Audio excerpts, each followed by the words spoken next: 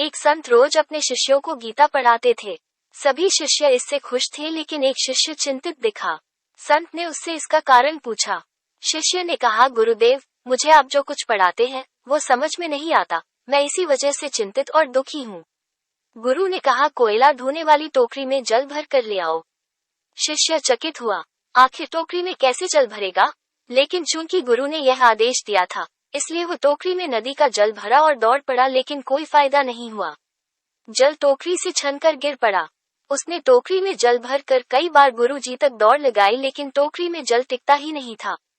तब वो अपने गुरुदेव के पास गया और बोला, गुरुदेव, टोकरी में पानी ले आना संभव नहीं, कोई फायदा नहीं। गुरु बोले, फायदा है, टोकरी में देखो। शिष्य ने देखा, बार बार पानी में कोयले की टोकरी डुबाने से स्वच्छ हो गई है, उसका कालापन धुल गया है। गुरु ने कहा, ठीक जैसे कोयले की टोकरी स्वच्छ हो गई और तुम्हें पता भी नहीं चला, उसी तरह सत्संग बार बार सुनने से ही कृपा शुरू हो जाती है।